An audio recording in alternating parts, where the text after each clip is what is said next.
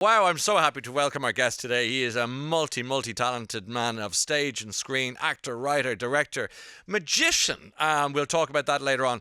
Co-created the West End chiller Ghost Stories. Has been a long time collaborator with Darren Brown, but I've been banging on about my visit to see The Producers recently in the Garrick Theatre in the West End and how I thought it was one of the most exciting, fun, energetic things that I've seen on stage probably ever.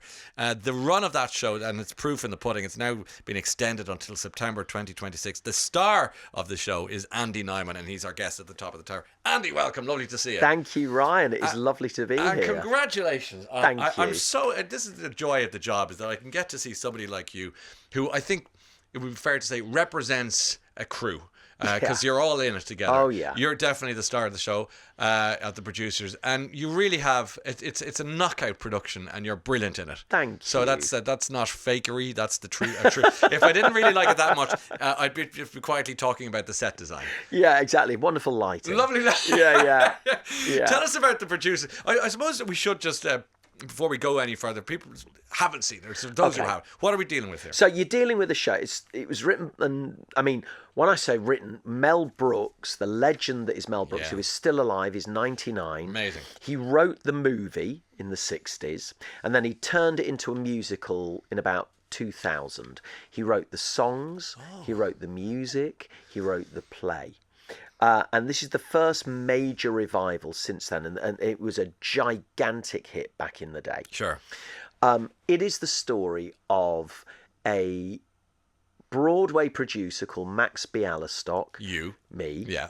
Who had everything and lost it. Yes. Cannot get a hit to save his life. He is a shabby man who has lost everything. Yeah.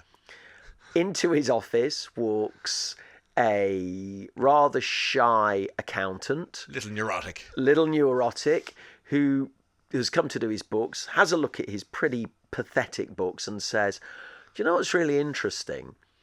If you got loads of money for a show and the show closed straight away, you'd actually make more money out of a flop than a hit. And Max Bialystock thinks, this is gold.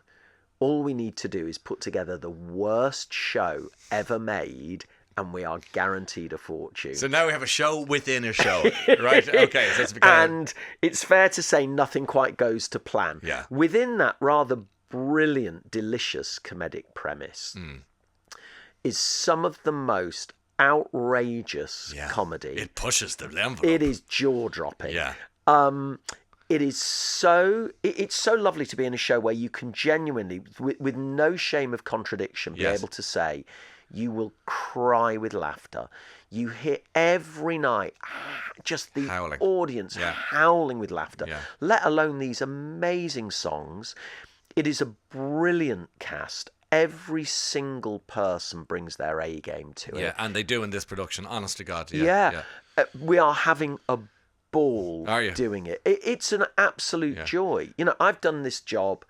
I love what I do. I've done it. Next year I've been doing it 40 years. Wow. It is not often that, you know, you get one that's a gold standard smash hit. You got to kiss a lot of frogs, Ryan. I know. Listen, I hear you. I hear your story. And just to take the story that bit further, he comes up with a musical about Hitler, and there's swastikas everywhere, and there's Jewish comedy. I mean, remembering Mel Brooks is Jewish. You happen to be Jewish yourself, Jewish, as it happened.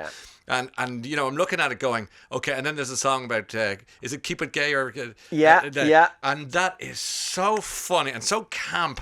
I really was. Well, it's an amazing thing carted out of the place. The world has changed so much, and we've kind of necessary changes have taken place. That's fantastic, but you've definitely got to a place in the past few years where you think, am I allowed to laugh at that? What can I say? Am I going to get policed or cancelled for that? The joy of this is Mel Brooks's writing is so kind, but God, it is on target, and you will laugh at things that you think, is this okay? Yes, it's I kept asking myself that. And honestly, Andy, I was going, this feels like I'm going to see a show in 1983 or something. But it's really, to me, it hasn't been touched to the point that... No, it hasn't at all. You know, the way they seem to correcting things. And then you think, well, how come no one's being offended? I thought we lived in an era, and I'm not trying to do one of these rants going, everything's politically correct, gone mad, but I've just thought, this thing, everyone's having a ball. And what really struck me, and I said it afterwards, was that people on stage are enjoying it, and whether it's about laughing about making it gay or laughing about springtime for Hitler in Germany, you're dealing with people who are gay, who are Jewish, who are all of these things on stage. So if you guys aren't offended, or should we be offended? That's the question. And that's one of his brilliant things, is that truly there's not a mean bone in the show. That's interesting, And one of the things that makes the satire palatable and so funny is... I mean, he calls it an equal opportunities offender, but it is also, it's done with such kindness, and ultimately it's a very sweet show about a male friendship, these two lost guys who sort of find each other in a sort of father-son way. But it's such a joy to do. Yeah, and just to give people a sense of Mel Brooks' humour, he says Hitler was bad to every Jew in the world, but he was good to me. Yeah. I mean, that's what you're dealing with.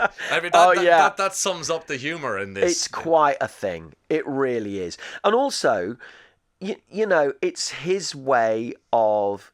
He realised when he wrote the film, which was spitting distance from World War II. Yes. You know, it was his way of bursting the bubble, his way of being able to say, we've got to laugh at this because it's too painful. So you got to laugh at it. It's the only way you can deal with it. And he's right. And that's another thing, you know, within the world, again, without wanting to go into politics or anything, but the world is a bit dark and a bit crazy and a bit scary. And being able to burst those bubbles and think, oh my God, we can laugh about that stuff. It's wonderful. And again, you hear it. It's amazing, isn't it? But it's what I was struck by was how sharp it is, the humour. Like, I suppose it's like good things don't get old. You know? That's it, Ryan. I mean, it really feels like, and there are some jokes in it. We've had people ask, there's a couple of jokes, I won't say them, but there's a couple of jokes in particular where people have said, is that new? Has that been added in now? Right. Because you can't believe something that is, as you say, almost 60 years old feels like it's a hot button show that has been written now. It's amazing, but it also tells you how little the world has changed. Yes, and history moves in circles. Yeah, you just come full circle, and like my wardrobe, it just keeps coming back, effortlessly stylish, as it happens by chance. All right, will you stick around for a few minutes, Andy? We've got more to talk about. Andy Nyman, our guest today, star of The Producers. It's been extended for various obvious reasons at the Garrick Theatre. It's going on till September 2026. So we'll talk about that and other things in a moment. I was saying to you, Andy, that I went along to the matinee show. And I'm going to go along again with I call them the youngsters, the mid-20s. I was telling them about The Producers. They weren't familiar with it, but they were saying, take us there. Because it travels generationally. But the point I was making was I went to see it on a matinee, and I came out of it going, I skipped out of it, right? I was just going, there it is. That's the hit. That's the hit I needed in my... I really need that cultural... pop culture and everything else. There was so much in it, actually, and it bounced out, and I said that was great. And I thought to myself, what energy from the cast. The last time I saw an energy of that high level was Hamilton on Broadway about 3 years ago, where I came out going, I feel like I've had a hairdryer on my face in a good way. So I thought, what energy. And I said to you quietly before we came on air, you were probably within your rights as a cast to take the foot off the gas just during a matinee, because it's 8 shows a week, or like the intensity of it is mad, especially your performance. It is, and you said no. So tell me why you were so keen to say no. You're not right on this. There's so many reasons. The first thing is, I adore what I do. I've always adored it. It comes with a real responsibility, I think. That is, there are thousands of actors who don't make a living. Very hard to make a living as an actor. So when you are working, it's an honour, and you have to do it to the best of your ability. The other thing is, like any other job, your reputation is everything. So you got to work hard. Also, when you're playing Max, when you're in this sort of role, you are leading the company. And it is an honour to do this stuff. And then you've got 700 people sitting in that audience. Roaring, but they have paid hard-earned money to come and see you. not me, to come and see the show. Yeah. And they deserve 100% like anybody else. So I never understand that thing of, in a matinee, if people are like, oh, it's only a matinee, it doesn't matter. Yeah. The other thing is, I've just been through a very rough time with our family. We've had a death in our family. It was awful. I'm sorry to And hear I that. know, thank you, over the years, when you're going through troubled time with illness, Yes. sometimes you'll go and see a show. Oh my God, it's heaven. It's heaven. You turn your brain off for 3 hours and it's a joy. it is. I always go to the stage door afterwards and do signings and stuff. Right. I cannot tell you the amount of people who say to me, oh my God, we're having such a difficult time, or we've just had this. It was so amazing to be able to do that.